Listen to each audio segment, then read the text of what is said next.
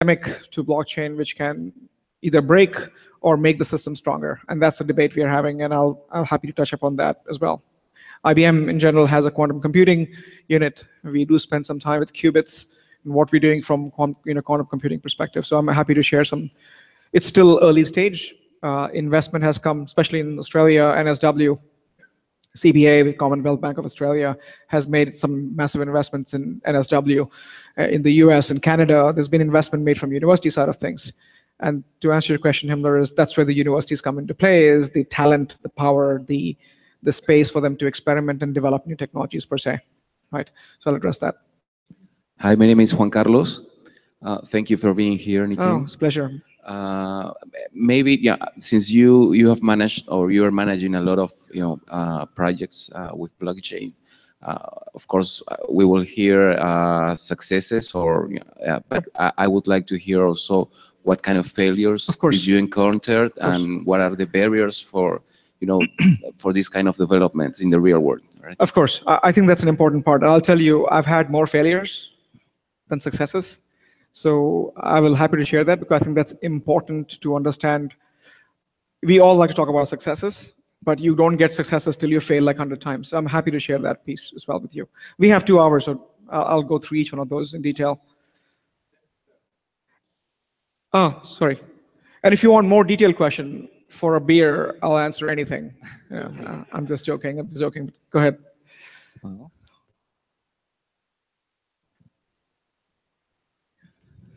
Can you hear me? Yes, I can. Okay. My name is Christian. I work for Wolfram Research and also direct there the... What research? Wolfram Research. Okay. I direct there the blockchain group. Oh, excellent. Okay. Yeah, and I'm interested in how you guys, if your business use cases are oriented to like private blockchains, or how do you open your blockchains to like public nodes, and how do you control, if they are public nodes, how do you deal with computational power coming from? Yep. So the question is in terms of what are we seeing from private-public blockchain, if there's a convergence, is that the theme you're after? So you have a blockchain platform. Yep. And do you allow like any kind of user to become a node? Or it's just for like enterprises to have private blockchains? So I'll give you an example of what's happening in the globe, and the answer to that is either or. I think everything depends on the design of the use case that we're trying to address. And so I'll give you a perspective of when we do each of those use cases. I don't think there's any such thing as a private public, which is somebody in the industry is talking about. At the end of the day, it's like internet. There's no such thing as public-private. There are gateways that connects you to different networks. And those gateways are essential for value chains, which is what we're doing with blockchain. So there are use cases with Wall Street, there are use cases with common banks, with your life, which is what Eddie asked earlier, is how it affects your life as an individual. You as an individual eventually will interface with both private and public world. So we're trying to figure out as to where does blockchain sit in to create that trust network. So I'll answer that as well as we develop these use cases. Okay, I think I have a good set of questions to answer. So let me first start with what Himmler and what Eddie asked, right? So, okay. One last thank you. I'm Sven. I'm just moved from Switzerland here to Peru. And I'm involved in an initiative under the United Nations Framework for Climate Change. And I'm sorry, could you start again? I'm having a hard time hearing you. Sven I just moved here from Switzerland to Lima. Okay. And we have recently launched an initiative on climate change and the Paris Agreement to see the instruments and how they can apply the blockchain technology.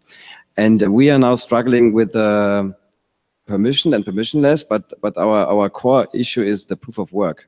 Is there already some serious alternative, not only on paper, but really in working and a workable alternative? So you're from Switzerland, so you moved to Peru, obviously for food, because you can't beat food in Peru. That's hands down. Nice cheese, but the food, yes. Of course. And second thing I think is, as an American, I like to apologize for whatever we did for pulling out of the Paris Accord. So I'm just joking on that part as well, right?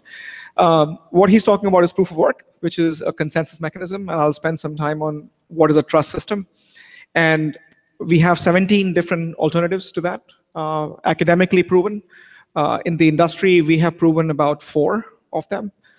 Proof of work is unsustainable for the enterprise, as you know, from a cost perspective, from energy perspective, which is contradictory to what you're trying to do with climate accord. And it'll be interesting if you're trying to solve a climate problem by expending more energy to solve the problem, which is contradictory to it.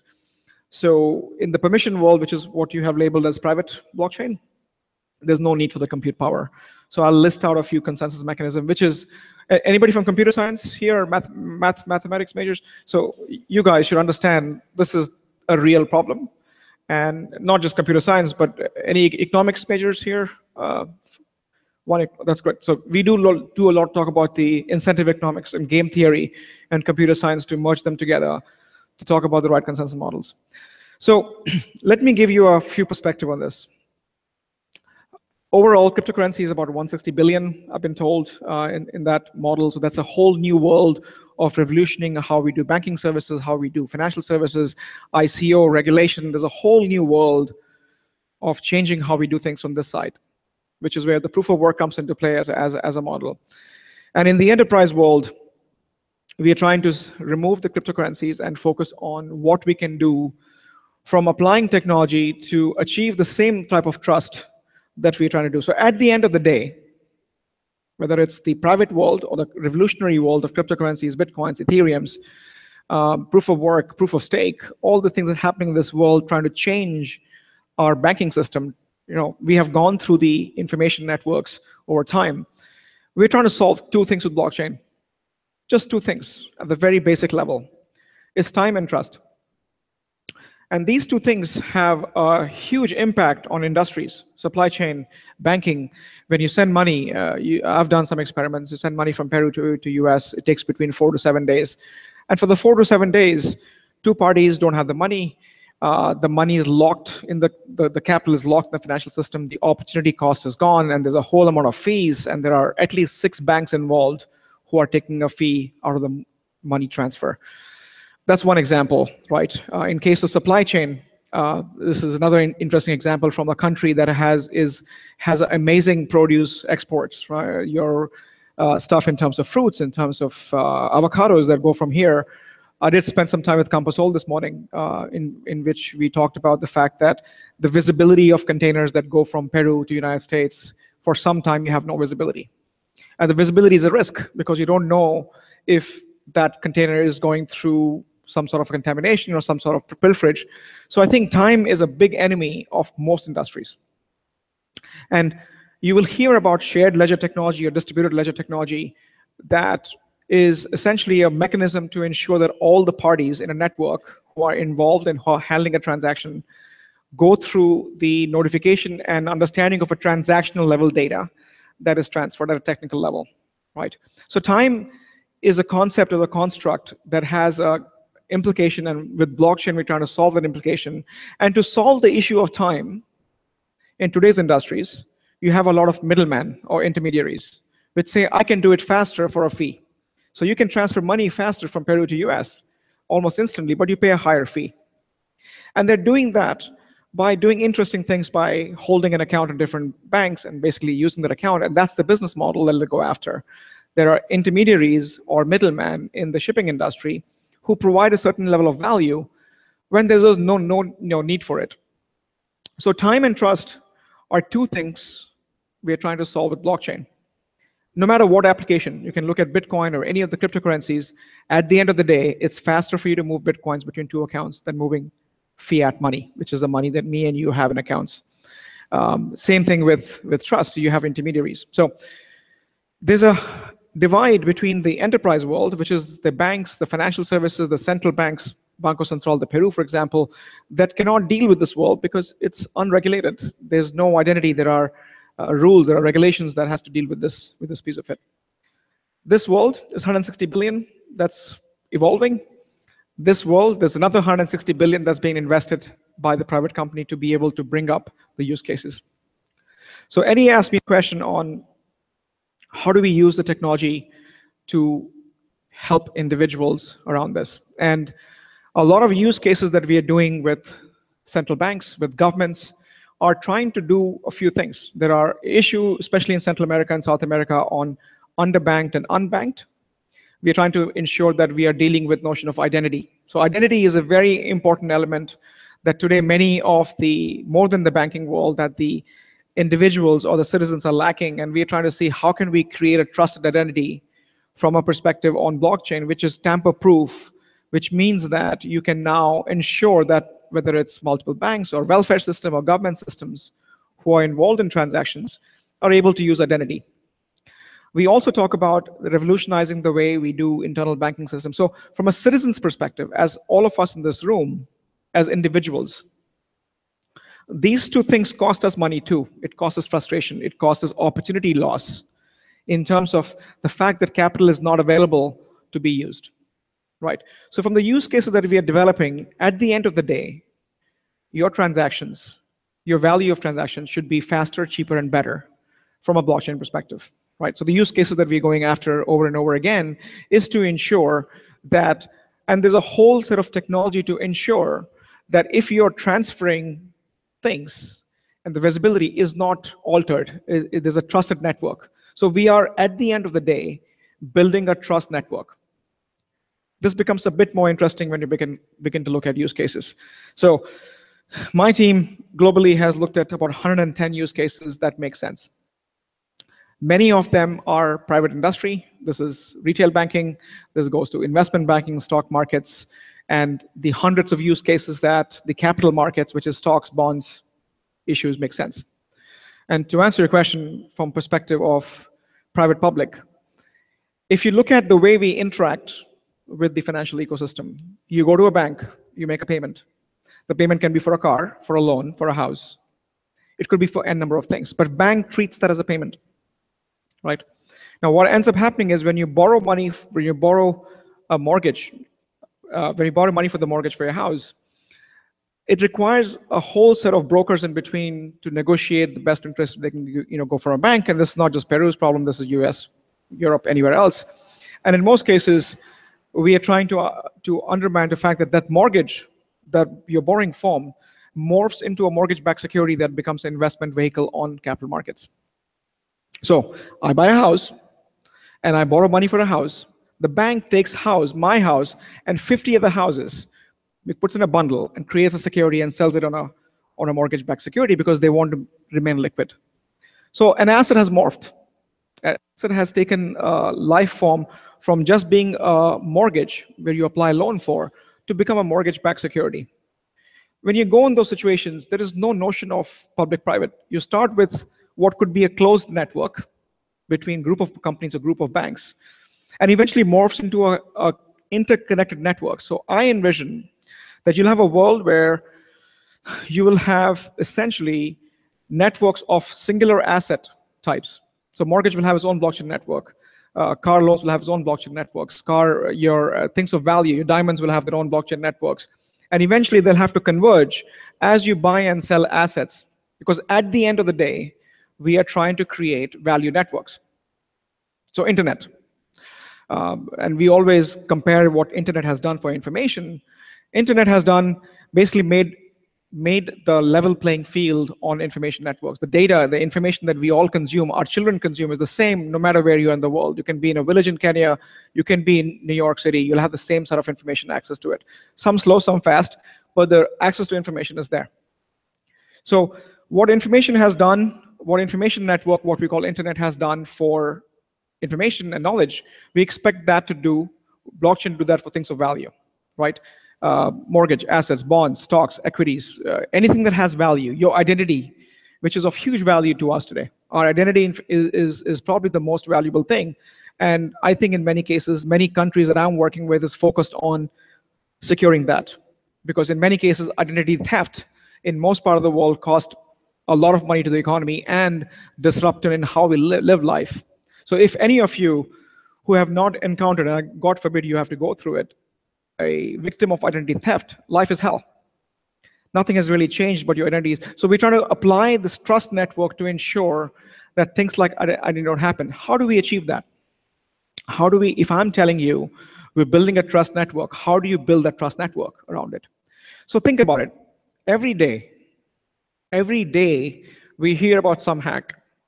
Some bank, Equifax, Maersk, you name any company. It can be supply chain, it can be a bank, it can be information brokers. They all are hacked. Because the information networks that we rely upon was never built to transact. Right? We had information networks that was built to exchange information, and I'm dating myself now, but I was talking when internet was evolving in its true application. I was in college, and we were talking about fast file transfers, and businesses were asking us, how will this change my business? Well, that was fast information networks, and many businesses don't exist today. You don't go to a travel agent anymore, right? You don't go to many of the information brokers who are between you and the entities. But what has happened over time is that this information networks that we were relying upon, we begin to build secure protocols. We had HTTPS, we had TLS, we had SSL, and suddenly we became confident in terms of using the secure protocols to connect to our bank system to get our information. So your mobile banking, your retail banking became a lot more accessible. And now we have begun to see the downside of that information networks being utilized for transaction networks, which is where we trade things of value. So the idea there is to create a trust network between like entities and have the right trust systems and trust protocols, which is where proof of work is one of those trust protocols that ensures that the entire network agrees upon a change in the value of an asset, right? Or change in the value of the state of that asset ownership, essentially. So with blockchain, we're trying to essentially try to strengthen that element of saying that if we create a trust network, then I wouldn't say it becomes impossible to hack, but you create additional layers for these entities to hack. And in many cases, things of value, any of the use cases you mentioned certainly makes more sense, because now I'm tokenizing or digitizing that thing into a token form, and then moving the token to the notion of trade, trust, ownership, transactionality, where I'm taking that asset and ensuring that the ownership is maintained. That's what we're doing at the end of the day, in a most simplistic form. Now, for us to achieve these two elements, right, this is the use cases now that my team globally is working on, right? Some of the use cases from a cross-industry perspective, if you look at the innovation that we're doing, audit and compliance, how does it touch our life? I always go back to that. Every use case that I do is how does it touch individual lives? We talk about, for example, KYC. So every time you open a bank account, your bank takes your information. They go and verify it to make sure you're not a bad guy or you have certain history around it. And we do what we call KYC. Every bank does it. The cost of KYC is about 25% for most banks. So in many cases, dealing with the notion of shared identity infrastructure, dealing with each of the pillars for financial services, we have about 100 use cases. In government, we have land registry, vehicle registry, in terms of citizenship ID. To answer another question of what Eddie asked earlier is countries like India, China, and Kenya, where land titles are not are not digitized, which means Kenya is losing about 50 million a year on tax revenues, because if you ask anybody the property, and I've been to Kenya and Uganda, if you look at those things, they ask you is the fourth tree from left and fifth tree from right, and that's your property, because that's been there for generations over generations over generation. So the idea is to reduce the dispute, to ensure there's proper ownership associated with the land, to tokenize those land, is the use case. We talk about land registry, vehicle registry, in terms of the fact that you have a claim on it. And if anybody tries to steal that, which is a problem in India, you have about 7 million lawsuits of false claim on land and homes. So imagine you live in a house and somebody says, my parents own the house, so the house belongs to me. And you're spending 15, 20 years in the legal system to rectify that problem. So we're trying to look at the government part of it and figure out as to how can we create a foundation of creating a digital identification in blockchain, creating an asset in form of token for homes, for cars, for anything that you own that the government has to have registration for, and assign the ownership of that to identification elements of it. So creating a trust network alleviates a lot of inefficiency and cost inefficient systems that we have built over time. Healthcare, again, a US problem. Our body is a single piece. I have talked about this all the time. We go to a dentist, we go to a diabetic specialist, we go to a liver specialist, we go to a heart specialist, and they all have the diagnoses that are kept in separate areas. But imagine if all your healthcare information was linked instead of a blockchain in a longitudinal set of records, you're able to then go back and analyze that stuff and have better analysis on your health care information. So these are the use cases that we are constantly looking at and saying maintenance tracking, having better visibility, having better transparency leads to better governance around some of these elements. So active use cases, about 400 of these. And what I've asked my team, and if you're working in our team, I would ask you to pick an industry that you understand, that you work with, and apply the technology to be able to solve some of the use cases around it. So at the end of the day, from a commercial perspective, what are we, of course, we're trying to solve the issue of time and trust, but what are we doing with it? We're trying to save time. Save time, again, we've discussed this ad nauseum. Remove cost. There's a lot of cost overheads. I mean, there are some industries today, even today, you spend about, some of the Wall Street use cases, about $84+ billion for one use case. And we figured that even if we solve that problem by, let's say, 10%, 20%, that's a lot of money that we can save, and the cost savings eventually goes to the end user around it. If not one thing, which is reducing risk, is a huge issue in many use cases. Fraud, risk, and only because what we're doing in blockchain world is we're creating tamper-proof record and updates of this data, which allows you to look at the history of who actually has the ownership and who tampered the information. So blockchain fundamentally tries to address this with immutability, which means that once a transaction is committed, you cannot change it back. So if you have made a mistake, you have to go back and create another transaction. And the way we commit this information is going through what we call consensus. So consensus is the heart. It is a trust system. There are about 15 or 16 known consensus systems we've tested for. One of the things that you mentioned is proof of work. And the reducing risk part is around the fact that how do you use the consensus to ensure that you're establishing trust in the network around it, right? I'm going to go into those technical details in a few minutes. And then eventually you're increasing trust. No price to trust. In many cases, we are building a trusted network. We are ensuring that whether we trust our government, whether we trust our network systems, whether you have multiple business parties who come to a network, are able to trust each of those transactions. That's essentially what we're going for. I'm going to skip some of the use cases because they may not apply to the university platform, but these are the 4 production. Somebody asked me about what are the meaningful use cases and what are the use cases that don't make sense. So this is one of the use cases which, again, is not a Peruvian context, but it has more context from where you have rich and evolved capital markets, like of course, New York and London and so on and so forth, where you have a borrowing and lending of a lot of equities and stocks. So you have hedge fund managers who speculate on the market, and for example, IBM. So IBM has a stock, we have a stock market, and let's say you're a stockbroker and you're a hedge fund manager, you want to hedge the bets against IBM. So you want to place the bet against IBM and you want to sell IBM stock, but you don't have IBM stocks. So you borrow it from someone. So Bank of New York Mellon is in between IBM and you, who says, I will lend you an IBM stock. And for that, IBM is guaranteed the safety of the money. You are guaranteed that you're going to get the stock so you can make your bid. If you win, it's great. You can give back the stock and you pay a fee. If you lose, you buy the stock from the open market. That's the use case. That use case cost the cost this company about $500 million a year. Just maintenance, people, time, technology, to be able to synchronize the book entry between me, the middleman, and you. So we are trying to then use a mechanism to tokenize this information that I can synchronize and reconcile the ledger entries that we have between 2 systems. That is the use case. Collectively, this problem is close to about $500 billion problem globally. So imagine $500 billion goes to waste because we are simply synchronizing books in this day and age, right?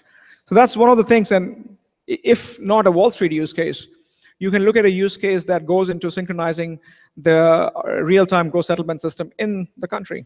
You have banks in the country, they all borrow and lend money with each other and synchronize the books, and that takes time. And oftentimes that costs an enormous amount of money to the system.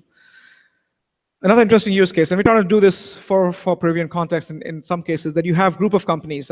We did, for example, you look at Interbank, it's a group of companies here in Peru, you look at BCP. There are a group of companies that have multiple, they have insurance, they have banking, they have pharmacy, they have all these different areas. And in many cases, these businesses have to sort of synchronize their books as well. So we use blockchain in this case to see a simple vehicle to ensure that we are trying to take reconciliation. This is the basic, boring, stupid accounting information between multiple bodies who are able to do it. So we create what we call a token or virtual currency, and we're able to then do a distribution of that across multiple systems. This is another interesting one where we go in defining identity. Believe it or not, when you go to insurance, when you go to a bank and you open an account and you go to multiple banks, each bank spends, at least in Peru, about $7 to verify your identity. And with the same bank, if you buy insurance, they do the same thing. They do it again. And eventually, all the banks, if you open 5 accounts with 5 banks in Peru, they all will do the same thing.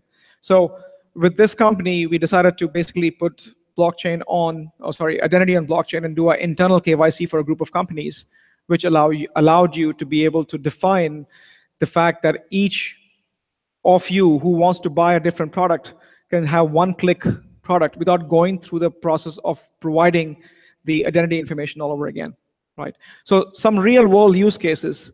The ROI on this in Europe was about 20 euros for doing identification verification, and we realized that if you have 2 million customers, you can do the math. That's how much you would have cost savings in terms of cross-selling and from a financial services perspective. So like that, you have cases after cases. At the end of this year, my team will deliver about 10 production networks, right? 10 production networks that will go into not just financial services, in going supply chain, and the use cases, how it touches our lives, is Smart of Dubai. So Smart of Dubai, if you're following the Dubai ecosystem, they are gung-ho on applying blockchain to be able to remove some of the fraud that's prevalent in the region. And in the past, for the cultural reasons or whatever the political reasons are, they've been hiding those frauds in terms of check fraud and banking frauds. It's now come to surface.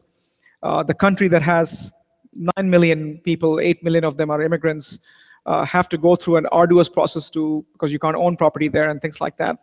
So I think in many cases we are applying technology to ensure we are giving better transparency to government, better transparency to individuals, whether it's driver's license, identity, getting insurance, getting products, ensuring that your healthcare information is separate. These all touch our lives in one way or the other.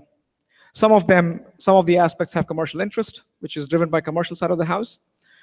Some of them have government interest because governments have to reduce their cost and be more effective to compete in the global world. So Panama Canal, which is right here, which is important to you too, because all your trade has to go through Panama Canal. I've been to 5 ports in my life, and it's amazing to see the operations of these ports. At the end of the day, each of these ports are trying to apply blockchain to provide better transparency to all the parties. That includes the shipper, the receiver, the insurance, the banking, the port authority, the person who did the containers, because that reduces a whole lot of cost of shipping goods and shipping products and makes these ports more competitive, thereby employing more people and providing more jobs, right? So the jobs agenda is huge, right? And that's true for Singapore, that's true for Hong Kong. If you look at Singapore, how many of you been to Singapore here? Small country, right? So their entire economy is depending on commerce, the ports. Hong Kong, same thing. Panama, same thing. Panama, if all they have is the canal at the end of the day, and if you want to guess how many banks are in Panama, you want to guess? Come on, give it a guess. It's okay. Anyone? Yes, close, 138 plus. No. So that's in one small country, you have 130. Every bank in the world will have a branch in Panama, because at the end of the day, your goods are passing through canal, and you need a banking system to do the validation, do the payments, and all these things around it. So movement of goods and movement of money in general, any use case that has to do with these 2 elements is a blockchain agenda. Because in many cases, fraud happens in these 2 areas.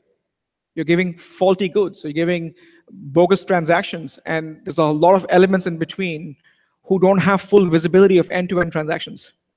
So in many cases, by ensuring that we are tokenizing assets, things of value, whether it's containers, goods, having visibility of, like, for example, a use case in Panama Canal was, if you're carrying 50 containers of iron or steel, what is the weight and how do you measure the weight? Right? You're not going to weigh every container around it. And if a container has been opened, so what we have done from a solution perspective is have IoT devices, the Internet of Things device sensors, and have sensors emit that information, capture that in blockchain, which is immutable. So we know that when the container left Peru and reached the Seattle port, the weight remained the same. No one opened the container. No one changed the container because we've been capturing those information from a device perspective. Second use case, also a Peruvian agenda, on food safety. So US, Europe have passed laws again. The fact, just like airline industry has to keep track of every part, every nut and bolt. So when next time you sit in a plane, you look at those parts, you'll have some number on it. Each part, including a small bit, has to be understood where it comes from, what is the metal used, because it goes in airline safety, right? Same concept has been applied now for food safety and drug safety, only because of contamination that we have seen, at least in the US, and milk products and meat. So now we have a new regulation that's going to be enforced, which, as a country, as you know, Peru sends a lot of agricultural goods to US, you have to adhere to it. You have to understand those things, which means we have to know the source of the avocado that comes into the United States. So it's a commercial agenda, but the way we are treating that is using some of the IoT devices for, again, in case of meat, tracking to see if the truck carrying the meat has faulty temperature and meat goes bad. I'm able to capture that in blockchain. Now, the reason why we're doing it is because we want to make sure it's immutable record of the trusted systems around it. Food safety, a human health agenda. Drug safety, a human health agenda. So you realize to say that regardless of whatever we do, including the Bitcoin, the ICO world, which is completely wild, wild west at the moment, is there for us. It is there to improve our lives. And of course, there are ups and downs of regulation. There's ups and downs of understanding as to how we achieve that. But these use cases that we look at are the use cases that are going into production because there is a business value to it. Because whatever I do with our clients, we have to define the business value of what it costs to the enterprise, what is the cost to the industry, and if the cost is high enough, will the enterprise and the industry pay for it? And any blockchain is about a network. It's never about solving a singular problem. It's about a network of multiple parties who are connected and transact together, right? That is the fundamental premise from a technology perspective, and that brings challenges. Challenges because if you have multiple banks, let's say in Peru, you have multiple banks in a network, would the banks want to share the information? That's never happened before. So how do we transact and yet keep our information confidential, information private? That, for technology minds in the room, is an interesting problem for us to solve. The issue that this gentleman brought up in terms of proof of work.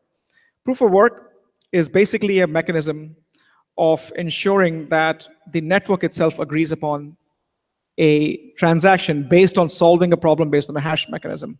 So it essentially means that you're creating a hash, and basically that hash has to be reverse solved, and all the computers go into race condition, and they burn a lot of CPU power to be able to solve that hash. And that CPU power implies you using a lot of energy power to be able to. So if you were to go to YouTube and look into the China mining situation, you'll find like 8-9 floors of these massive computers who are churning this to solve those mathematical problems around it. So what we have done to solve those issues is figured out that the networks that we design, for example, the proof of work is great for a network where no one knows each other. So we all can get into a network. I don't know you, you don't know who I am, but we can use this algorithm to ensure that we all are applying this to be able to solve the hash before I process that next transaction. But if we are creating a network of known parties, of known entities, I don't need that level of computation.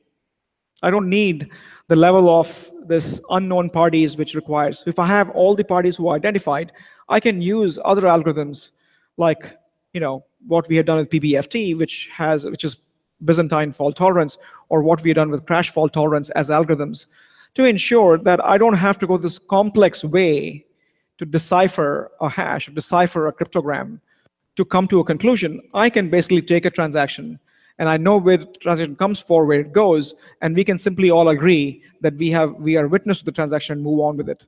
So the computation power for what we have done for crash fault tolerance is close to 1/100th, if not more, of what you have seen with, and it still solves the problem. But that solution, by using crash fault tolerance or PBFT, or practical Byzantine fault tolerance, is for known parties who are in network. Because known parties doesn't require the level of validation that you require with proof of work, proof of stake, right? Like that, you have algorithms like Raft. Raft, as a computer algorithm, defines a mechanism where a network, instead of one party agreeing to all the transactions, it's like a democracy. Every 6 minutes, 7 minutes, we move the power to multiple nodes in a network, and the nodes essentially makes the decision for you in terms of finality of a transaction, right? So the idea is the use case, the business cost, and what is the economic viability of a solution that we're crafting for a client. Which means to solve a $1 million problem annually, you don't want to spend 30 million to create a network. So Bitcoin, for example, which, do you know what the market cap is? Anybody? What is the complete cost of Bitcoin to the network? Anyone? I'll buy you coffee or beer. 84 billion today, right? $84 billion for the network itself, right? And the reason why the cost so much, it's value in thin air, is because that's the cost of transacting in the trusted network. That's all it is. So if the network is broken tomorrow, the cost comes down to zero in one day. So it's very volatile from that perspective. So if you're trying to solve a problem for energy crisis, for example, or we're trying to solve a problem where we have seen use cases where we're trying to have a mechanism, an equitable mechanism to reward the people who are generating energy from solar power and giving it back into the grid, you have to have some mechanism to create an equitable model where they can be rewarded for generating energy and putting it back into the grid. Whether we do it by giving them a credit on their bills, or we give them in terms of a coin that they can use as money to trade or pay for on an account, right? So that's a practical use case without embarking on an expensive technology like Bitcoin. I'll give you one more example. Bitcoin transactions today take about 10 minutes. One transaction in a block takes 10 minutes. And the reason why it costs so much money, because there are 9 million blocks, which means before I process one block, the 9 millionth first block, I verify every block before that. That costs time, energy, and money. 10 minutes. Imagine you go to an ATM machine and you want to withdraw money. Can you wait 10 minutes? Ask yourself. Can you wait 10 minutes in front of a point of sale system to process your credit card? So in many cases, if we are designing systems for solving the issue of time and trust, what are the problems we solve in terms of ensuring that we are achieving the same transaction volumes, if not better, than we are used to today? So for example, Visa and MasterCard are the card networks. They have their systems, if I'm not mistaken, the last numbers I checked was about 2,000 transactions per second. In holiday period, they scan for about 20,000 transactions per second. So I think whatever we do in blockchain world for sake of processing transaction has to meet the specific industry standards, whether it's for bonds, stocks, payments, moving material, and it has to be better. Because if you're not doing anything better, then you're not really solving anything with technology per se, right? This was my recent, so for a few gray hair that I have is because of this use case. I spent about 8 months of my life on making something production. And the reason why I am focused now on doing something for real world use cases, because I think we had enough romance. We've been talking about this for almost 3 years in the enterprise world. So how do we take technology and apply this to a real world situation where we applied private equity? So private equity is something where you raise money in private market. It's not available in the stock market. So for you to be able to raise money, you have to create a legal structure, and the legal structure has to be sold, and in the private investors around it. That problem is about $30 billion problem globally, and most of us don't even know it because we're not attached to it. So we spent about 8 months, and most of my time was spent on compliance and regulation. It was less on blockchain. What that tells me is collectively, our interest group here for blockchain is that Technology-wise, we're okay. We can solve n number of issues by addressing some of the technical components of it. In many cases, I think we're trying to understand the existing industry landscape, understand the regulation, and ensure that whatever we do in this blockchain-driven world is in this box of regulation for now. And once we solve that problem, I think regulation opens up once they begin to see the value of what we're trying to do. And that has been our approach only because we work with the regulated industries in general. So I'm going to skip elements of design principles. I wrote a paper on this. I write paper every 6 months to every 6 weeks to 8 weeks, only because I want to be able to synthesize what I've learned from the field and the real work and be able to provide sort of a guidelines for my peers, my friends, and folks who are trying to promote the industry in general. These are use cases from governments. These are use cases from technology use cases in terms of what is the right protocol to use. I think for computer science researchers in the room, I would expend the energy on figuring out what is the right consensus model for the right industry. Right? So in this case, I think there are some design principles that as you embark on the design journey, I would focus on a few things. I would focus on elements around the fact that you have to provide the participant control. So you asked me the question, Jeroen, on smart contract execution. Right? The first one is what the answer is. So smart contracts are not smart.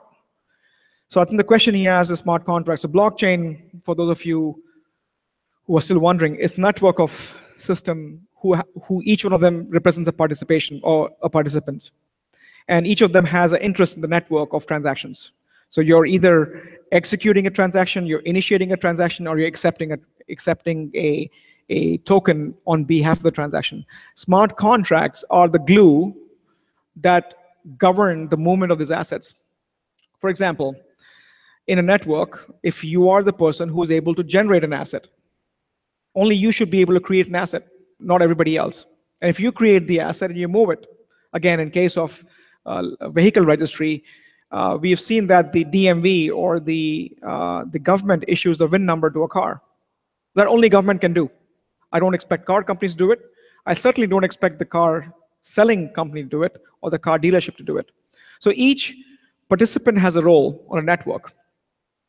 And based on that role, they act upon it. So if I send you an asset, if I sell you a car, Jeroen, there's a duality to the transaction. I can sell you a car, but the car is not yours till you pay me for it, or till you confirm. So smart contracts, or what we call chain code, govern those transactions as they move through the system. That's what smart contract is. So by saying providing network participants control of the business as one of the fundamental design principles, because we are trying to create multiple parties in a network, which means that each business who's participating in the network should have control. So if I don't want to accept Jeroen's car, because I'm a business and I only accept cars, I'm not saying that you have a bad car, I'm just giving an example, that if your car is beyond a certain year, I will not accept it. Or if I'm financing a house for a mortgage, I will not finance more than 4% or 5% or 6%, because I want control of my business. So the execution of smart contract is also driven by the consensus process that we talk about, the proof of work, the proof of stake, the crash fault tolerance, is the fact that when I execute code on blockchain, which defines as to how the asset has to move, or asset value or the state has to change, we execute smart contract, and the execution itself has to ensure that the network agrees on that execution. Whether we choose to say, I'm okay with two people agreeing, because if me and you are transacting, who the hell are these people to agree or disagree? And the use case defines that. Or I can choose to say that the entire network, everybody in the room who's a part of the network should agree, right? Or if I don't know anybody in the network, I'll give them a mathematical problem, which is what proof of work is, and let somebody solve it, so they can basically choose that the rhythm of how the transaction is processed. So that is the vehicle of smart contract execution. Now, every use case defines the interaction between multiple parties. Every use case defines what's the right consensus model, or what's the right smart contract execution model. And whatever you choose, whatever technology you choose, has a cost implication to it. So if you end up choosing, for example, proof of work for private networks, and this should probably answer some of your question that you asked, if I choose proof of network for private networks, it's a gross waste of technology, because let's say 5 years from now, when your block height goes up to 9 million, you're expending unnecessary power to be able to power the network only because you have known entities. So those constructs don't apply. So choices that we make in technology, whether it's encryption, whether it's SHA-16 to 256, or of choosing quantum. You talk about quantum computing. I don't think quantum computing is affordable today from a perspective of applying, leave alone the big difference between the way we compute binary systems, which is what we're doing today, versus how we compute. There's a big difference. It's a different language altogether. So the assumption, which many people have brought up, is if we want to make things economical in blockchain world, what do we do? Do we apply enormous amount of power? Do we get the best of the breed technology? Because that'll make blockchain unsustainable from a cost perspective.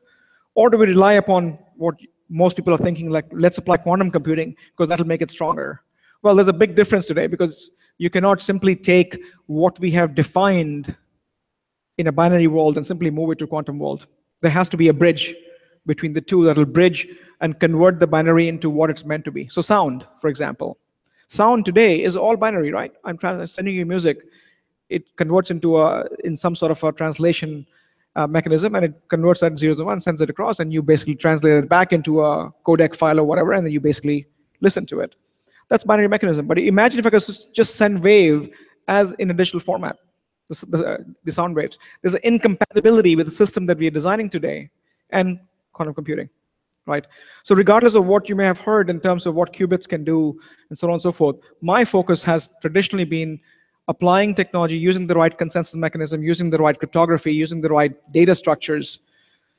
The low-level technical details, every choices you make at this level has a cost implication to it.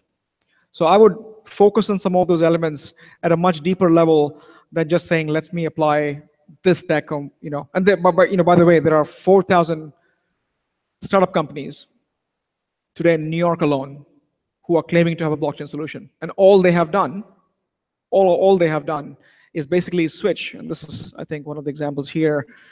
I've named a few. I don't mean to just call them out. I think these are popular ones, and they've done really well in the market. Like Ripple does cross-border payments. That's all they do. Ethereum has done a pretty amazing job with the smart contract language in general and create a generic platform for you to create blockchain applications. Like this, what the industry has done is change the consensus mechanism, change crypto elements of it, figure out what's the right data model, database around it, and figure out what's the right cryptography, and said, this blockchain is best, for example, for settlement process, or this blockchain is best for vehicle registration, or this. So all they have done is change these basic building blocks: shared data, which is nothing but a database; smart contract, which is nothing but business rules; cryptography, which we've been using for 30 plus years; and consensus, which also we've been using for 10 plus years, right? So in many cases, we're taking the existing tech, putting it all together, and creating a system that they can all work together is what, at a technical level, what blockchain is at the end of the day, at a very basic level, right? So this is a challenge, which, by the way, in the industry, there are no blockchain standards. So how many of you know TCP/IP here? That's one. Come on, you all should raise your hand. This is the basic way we communicate on the internet, right? So it's the language, it's the lingua franca of how we have an IP protocol, we have TCP/IP protocol, which we basically allow the various systems to communicate and talk together, and that protocol is established. It's a standard. You don't buy TCP/IP. You buy a laptop, you buy a router which has a stack, and you pay for the hardware, you pay for the value add on top of it, but you don't pay for the protocol. So standards lead to adoption and better understanding regardless of the language, regardless of the barriers, regardless of the regulation, and then it helps in proliferation of the network. So when we talk about public-private network, to me it is just semantic, right? We're trying to figure out as to which networks are private. So for example, if you're dealing with equities, stocks, for example, there's no business for a mortgage company to be in that network because they don't deal with equities. However, when mortgage gets converted into mortgage-backed securities, now they have a role to play in this marketplace, right? Because it's a network of like-minded and like businesses. It's a business network. So the type of asset, the singularity of an asset, plays a very important role in defining what a public-private is at the end of the day, right? So, and I give this example all the time as we're designing these networks, whether it's payment networks or whether it's mortgage networks, as these networks evolve from blockchain point of view, right?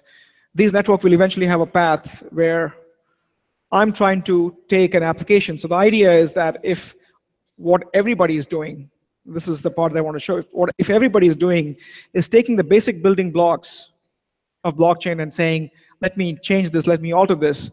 If I can give you the choices, I can give you all the possible databases, all the possible crypto elements, all the possible consensus models in a platform. And I say to you, design your system and figure out what's the best algorithm at an economic cost that matches your business model, which allows you to make choices between the right consensus, right cryptography, right encryption, and then that becomes a platform. All you have to focus on is the application. Whether you're solving a mortgage problem, or you're solving an identity problem, you're solving a world hunger problem, you're solving energy problem, it is the participants, the interaction that defines what is the type of technology do I have to use. And if it's a closed network, if the use case is about a closed network, then there's no point expending that compute resource and power to create a blockchain network. You can still rely upon things like immutability, things like consensus, to be able to ensure there's enough trust in the system, unless the network has to grow exponentially of unknown players, for example. So the model that we are talking about where the worlds converge, the private-public network will converge, is when you begin to see the use cases have a fungible value to it. I gave an example of payment. When you go to a bank and make a payment, bank treats that as a payment. Now you're making a payment for a house, for a car, for a loan. So how does that payment reflect into a mortgage chain? Because mortgage chain has your house as an asset on the mortgage chain. So we have to, at some point, interleave the communication between the payment chain in a bank and a mortgage chain in a bank, right? Because payment chains in many banks could be as simple as a cross-border payment. So your BC, if you have an account at BCP, for example, if that happens to be a payment chain, which could be having, which could have JP Morgan Chase in the same bank, you could send the money using that chain. It has nothing to do with mortgage. But in some cases, you may want to make a payment for your house from the same ecosystem, right? So the guy, the gentleman from Switzerland, I'm sure from Belgium, Swift, and there's a huge dichotomy right now in terms of the role of Swift in our modern day, and they've done an amazing job. They're a huge client of ours. So we do question in terms of the network that Swift has created versus what the blockchain network looks like in future, right? Because it's one thing is about moving payments, moving money, moving messages. But when you go into a more complex economic system of combining mortgage, combining stock and equities, it becomes very convoluted at some point. So there is certainly a synergy between marginalizing and making technology opaque, because we give you enough choices, just like most of the standardized technologies, web servers, DNS servers, TCP/IP servers, you don't care about them anymore. And ensuring that you focus on apps and you focus on APIs that lets you have multiple applications, multiple ledgers communicate with each other. That's the fundamental premise of where we are heading with this. So when you ask me a question that how long will this take? I don't know the answer to that, but I'll tell you what I've learned from knowing about the internet. When we were designing the networks of network, which is what we call internet today, it took us about a decade before we could really use internet to its fullest potential. Right? For almost 10 years, we were playing with HTML tagging and JavaScript and all the other low details.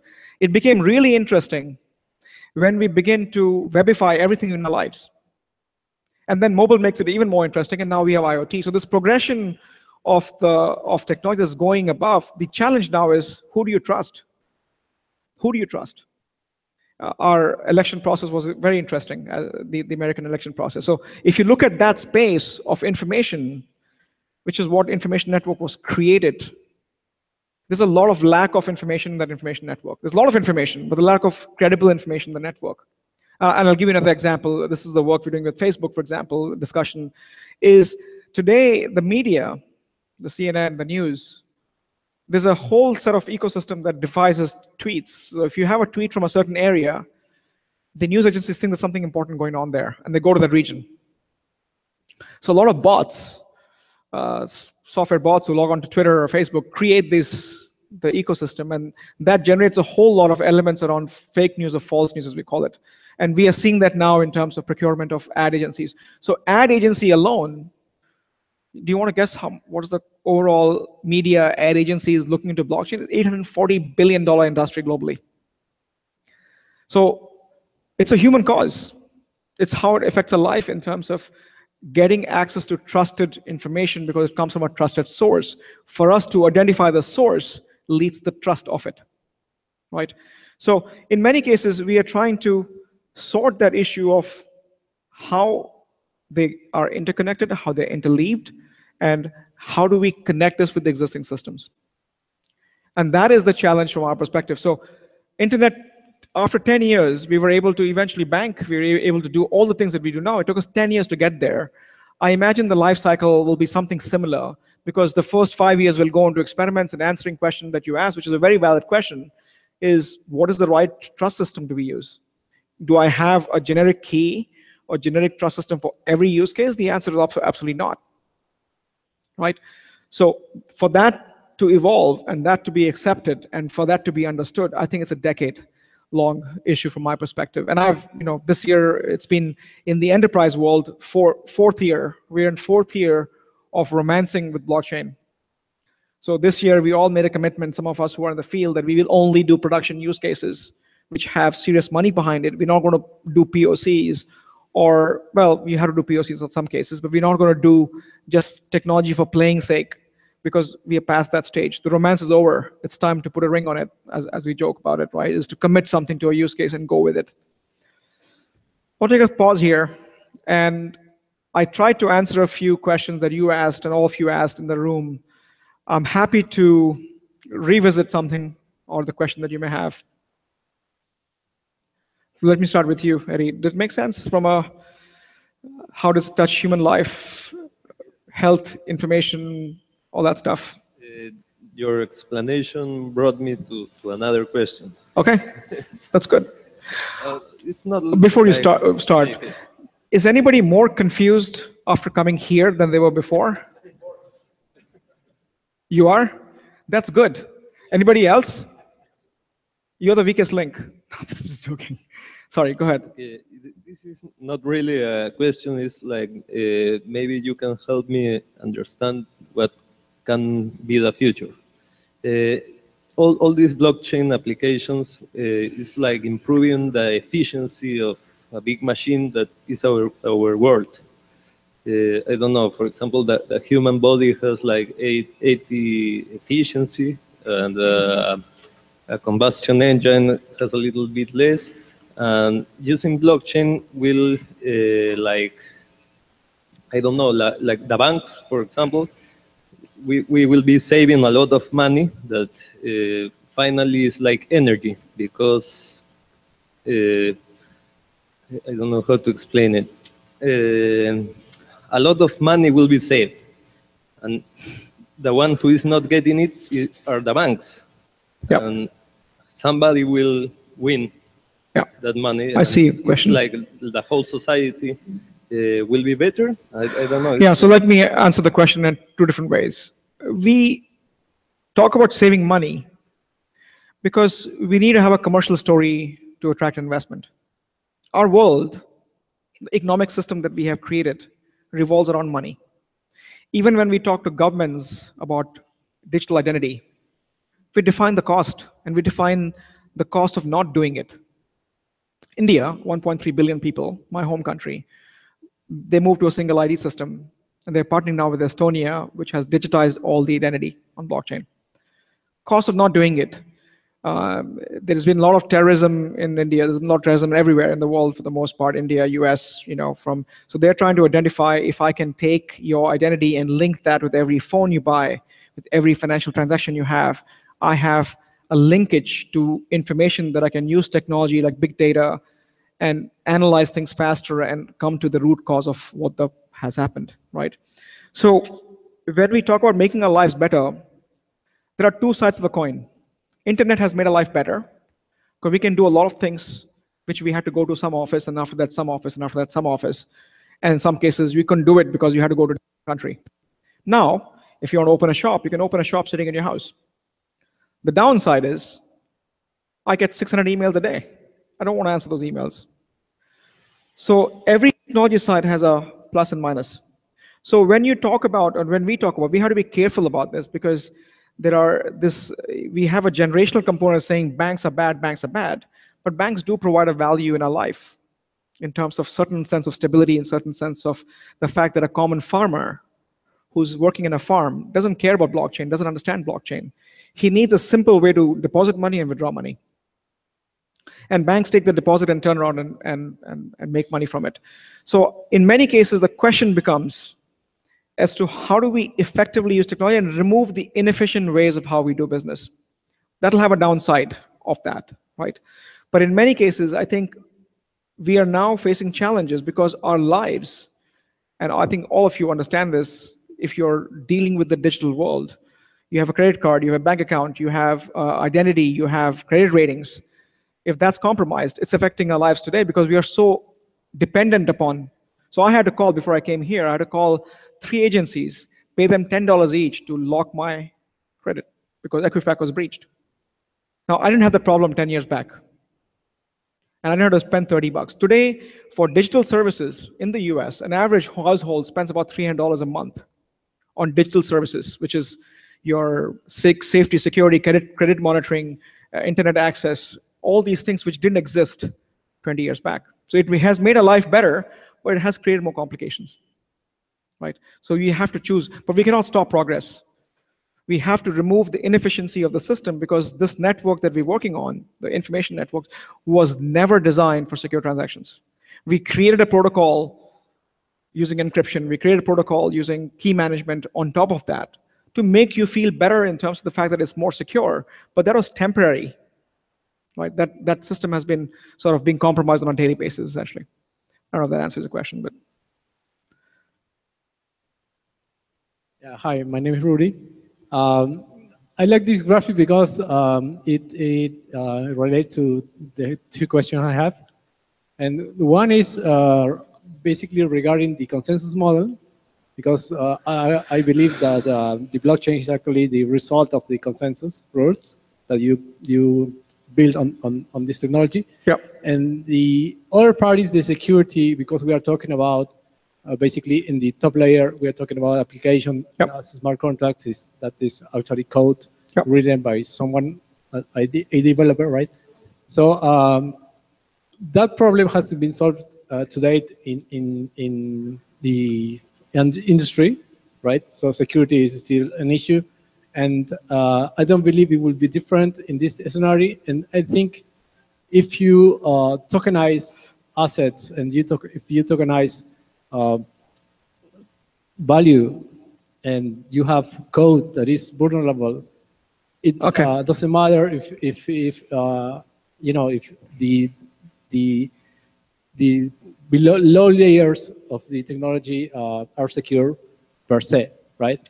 So in the case of the consensus rules, how do you, for instance, when you decide what are the best consensus model for the blockchains you are using on your customers, how do you prevent, for instance, forks or that sort of thing? So let me explain that to you, a few things, right? Okay, he's asked an important question. How do you decide the consensus model? And I think that piggybacks on the question you have. So let me go a bit more deeper into this, because all the time I'm not spending on use cases or customers, I'm spending in understanding consensus. Basically, there are 3 buckets of consensus: single master, no master, multi-master. Let me explain what that means. Single master is, in a network, we assign one leader, like a democracy, to make a choice.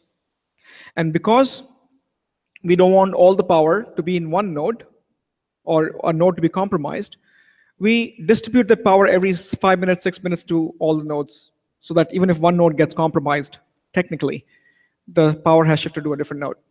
That's single master. So Raft, Paxos are protocols for that single model. Then you have multi-master.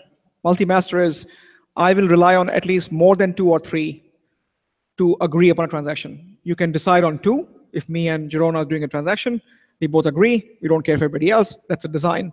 Or we can pick a prime number, 3767, because that has a better mathematical algorithm to agree upon something.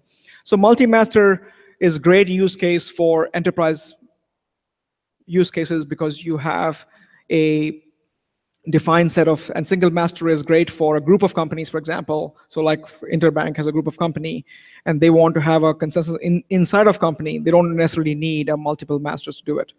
And then you have no master, which is what Bitcoin or proof of work or proof of stake is, where you have no single master. And it's either the majority, which is where you encounter the issue of Sybil attack and all that stuff happens, or you have the issue of the fact that it takes a massive amount of computation power because that network is great for anything P2P or anything trustless. Trustless means that I don't trust anyone, so I have to have a mathematical algorithm to define the trust. Forking, which has happened pretty much all the network. So blockchain is a chain of data, chain of transaction that it goes through. And the longest chain wins. Fork happens, which is an anomaly and mathematically should not happen, but it does happen, is when the network agrees upon the same time, a race condition, when two forks actually happen at the same time, and then you have a choice to make. Because at the end of the day, blockchain is about single source of truth. A fork means now I have two sources of truth. I have a two-headed problem. Or you change the consensus rules for some part of the network. So the forking happens for mostly, in most cases, for no master algorithms, only because the mechanism of achieving consensus is to ensure we go with the longest chain, we go with the proof of work, proof of stake, because those algorithms rely upon a mechanism to resolve the cryptogram that's there in the next block, and the creation next block. In single master or no master algorithms, that problem doesn't happen because you're relying on two masters who agree upon a result set that happens in a block. So forking only happens in some consensus, not in all consensus. And that's why forking has become a problem in cryptocurrency world, because suddenly now you have Bitcoin, Bitcoin Cash, you have classic Ether. You're creating baby currencies out of the mainstream cryptocurrency that is there in the system. So when we talk about this, when I say there are academic papers on PBFT is 30 years old, by the way. It's a 30 years MIT paper on Byzantine fault tolerance. The reason BFT didn't work ever in the history of this world is because it couldn't scale more than 4 nodes. So Byzantine is an example of a multi-master use case. And that basically was an algorithm that understood that maybe in 5 people, 1 or 2 may be bad. That mathematical algorithm was so intensive that after 5 nodes, it would all go to 100% CPU and it would come to a complete halt. So what we did, we call it practical Byzantine fault tolerance, where we changed a few things. We changed timings, we changed heartbeats of how do we calculate the bad players in the system. When you do that, you compromise on something in a network, right? So choosing consensus is truly a science. And I basically go back to the use case and say, does this use case require a trust system? Because that's what we're building at the end of the day. We're not building another business network. We're not building another marketplace because we already have it. We have an eBay, we have an Amazon, right? What we're building is a mechanism for us to take a digital asset. And this tokenization, detokenization that you bring up, I've spent 2 years of my life just working on those elements of it. Tokenizing in an enterprise world has to come from an authoritative source.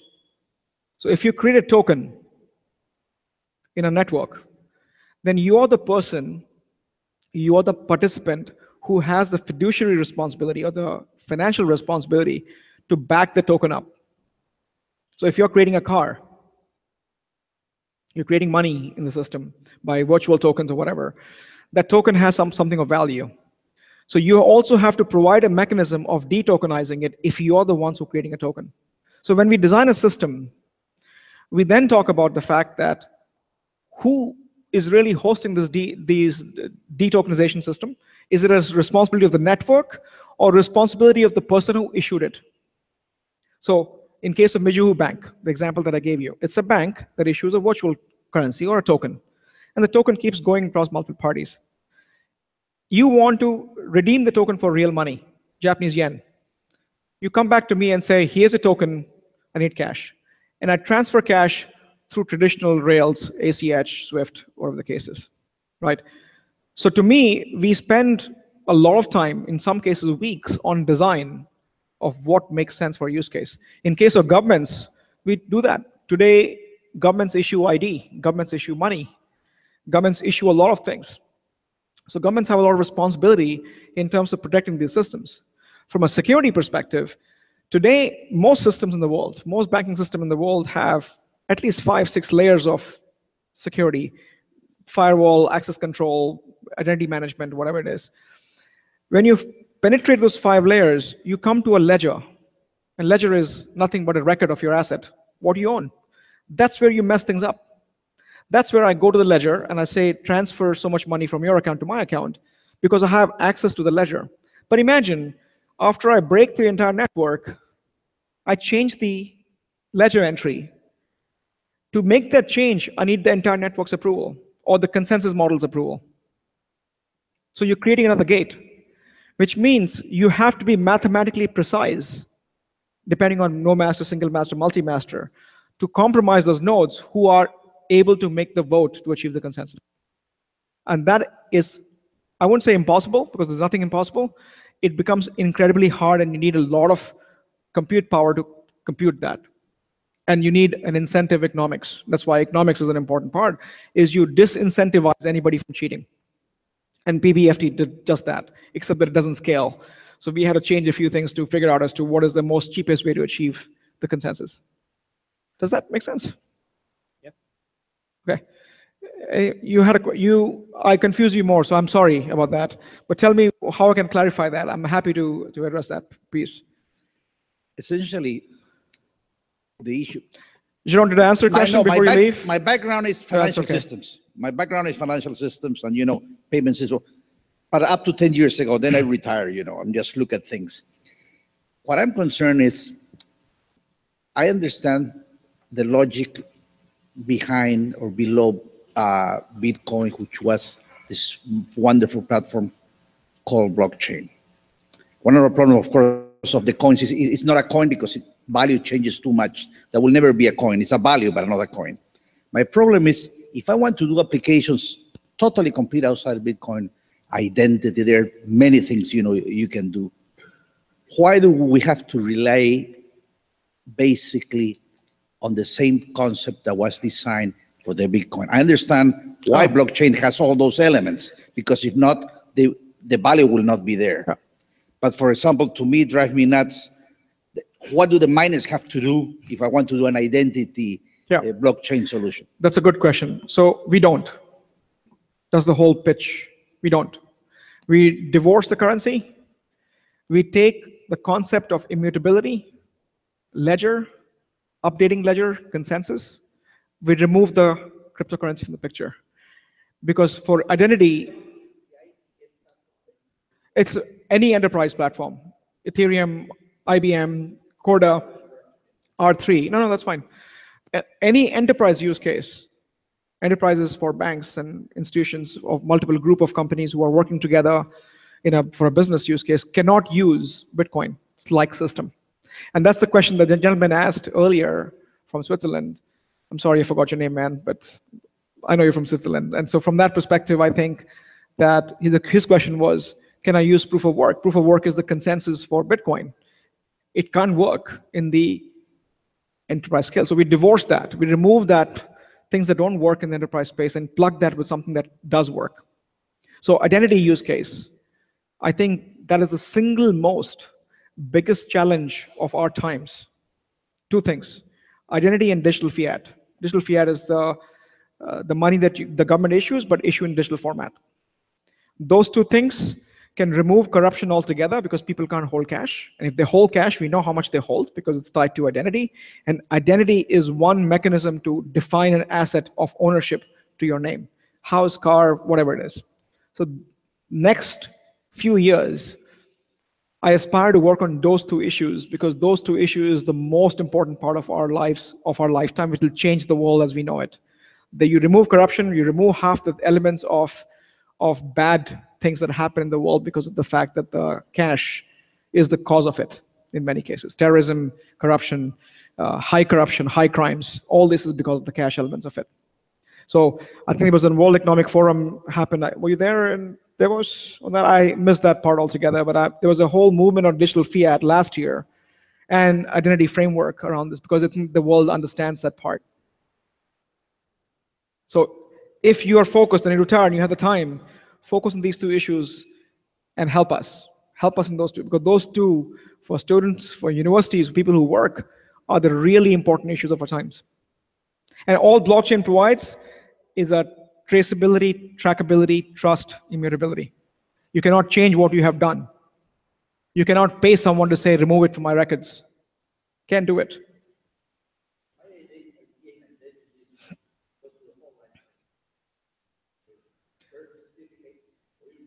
Yeah.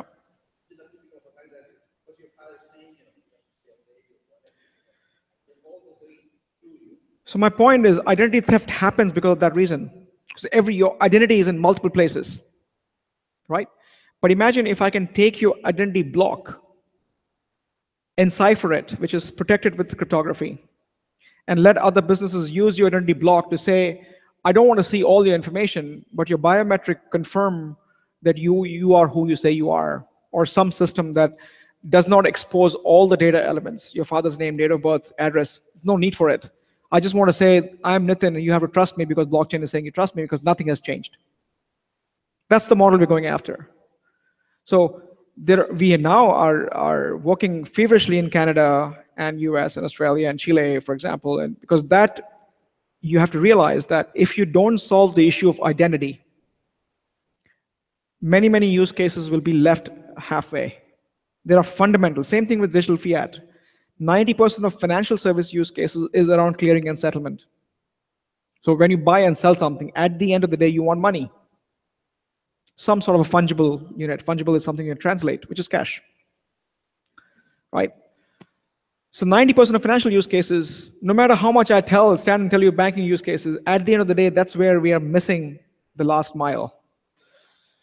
Identity and digital fiat will essentially converge those issues altogether, and that'll lead to all the, I wouldn't say world hunger or anything. At the end of the day, you still have to eat, regardless of what blockchain does. But you're able to solve the fundamental human issues around it. So it's less about the fact that, Facebook has more information about me than my bank does, which is silly and stupid, right?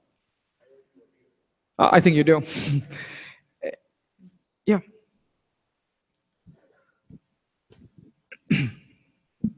Hello, hi, how are you?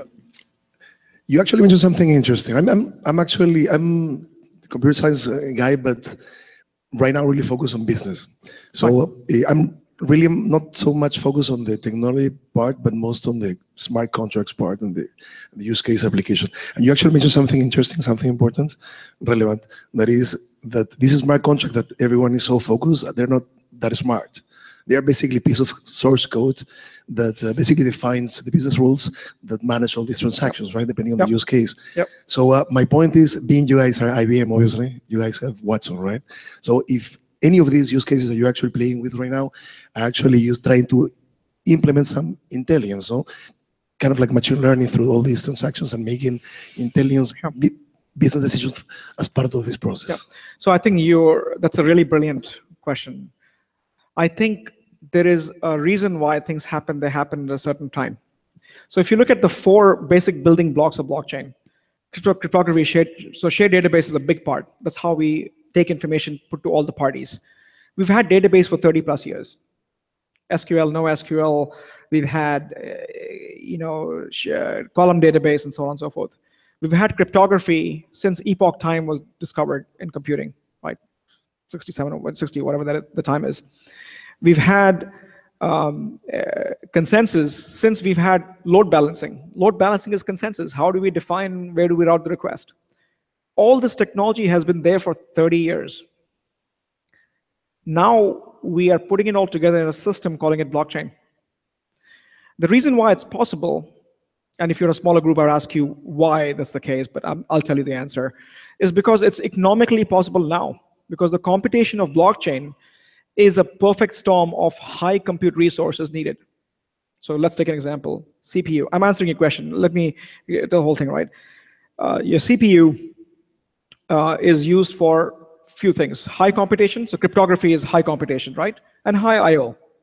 So when you do I/O, CPU does the stripping and moving everything. So disk I/O, network I/O, cryptography uses high CPU, and high CPU uses high energy, which is the question that he brought up in terms of why do you have to use all the energy around it? Computing is cheap now, considering the power. So blockchain makes it economically feasible to create the trust system with combination of these 4 basic building blocks of any blockchain system in the world. I don't care who it is, IBM, non-IBM, the 4,000 startup companies, they have these 4 basic components at the bottom. Then you have Watson, which has been evolving, or AI. I use the word AI. Watson is a brand name from IBM, but let's use AI and cognitive, right? 90% of the industry thinks cognitive is something magical, and they confuse cognitive with analytics. I have a master's in artificial intelligence, so I like to discern between the two. Is you have artificial intelligence when you have the ability to correlate and provide a feedback, and you learn from the system as you're processing, which also requires a whole lot of processing and data, because artificial intelligence is nothing about neural networks and data. When we were born, you didn't know what you know now when you were born. You had to collect data over time to become intelligent. That's exactly how systems are. So data has to be stored, data has to be processed, and knowledge from the data has to be kept in some sort of a node that you can tap. That if I need information about this piece of the network so that's the AI cognitive neural networks so you have blockchain for trust, AI for these things. And you have this rapid scale of the lower cost of processing power that's evolving at a faster pace. So it's a perfect storm of how this is evolving. What we are doing now is because blockchain is linked blocks. So as opposed to information in multiple places and capturing information and doing all these things, we have information kept in one place that's linked. So healthcare with Watson Health, that's exactly what we're doing. It is basically collecting, as you go to a doctor, it's a transaction. Every time doctor gives you a prescription, it goes to transaction. You collect a prescription. You then go to a next doctor. You go to an orthopedic surgeon. All that is linked.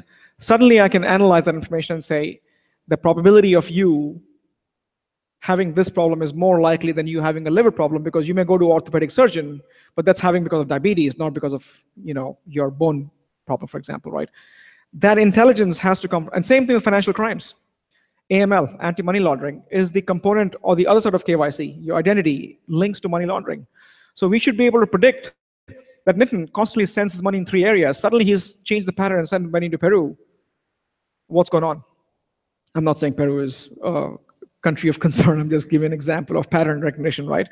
So financial crimes is another area, as we devise financial system, is to be able to have linkability of transactions and determine patterns, which is essentially what banks do today. 55% of all financial crimes goes undetected today. Only 45% goes. And some guy is asking for information report from all the banks and tracing all the transactions, tracing where the money goes. All that can be done if we had the financial transaction blockchain world, right? I don't know if that answers the question, but there's a convergence of these technologies that evolve. They're coming together at one point. The only concern that I have is business ready for it? And is regulators ready for it? Because regulators don't have technology experience. They are used to asking banks for reports. So if I make a regulator on the network and I give them all the keys to data and say, go create your own reports, I don't think they're ready for that kind of answer. I don't know if that helps.